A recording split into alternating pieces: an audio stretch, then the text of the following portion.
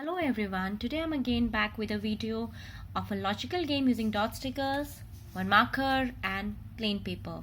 So if you have seen my earlier video of logical games, I had made this code where every dot sticker corresponds to a design and then a child has to draw the same design on the corresponding boxes.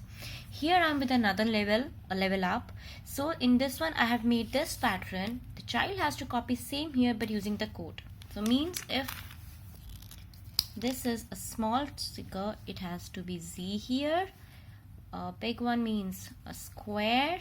A big circle means a cross. This means a ring. Small dot means a dot.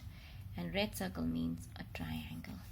So this is what my 4-year-old is expected to do. So yeah, it was very hard for her. We tried. We could only 2 levels. So one level is this one, which is like simple 2 by 3 matrix.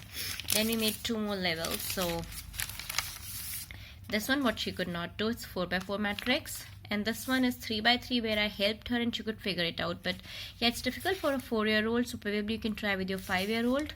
That should work with it.